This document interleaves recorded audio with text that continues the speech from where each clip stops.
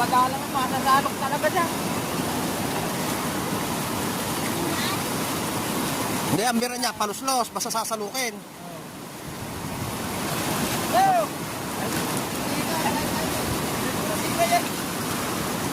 Tamay pa na talaga. Ayan, nakahuli na ng buras eh.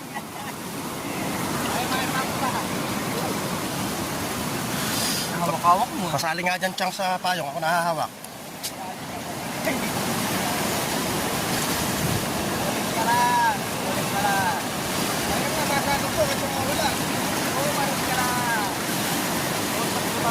Kailangan naman talaga nakaganyan, di ba?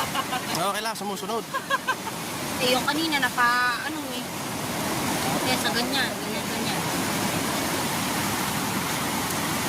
Palit natin yan sa buras eh. Oh. Oo, sarap yung buras eh. Nakaabang eh.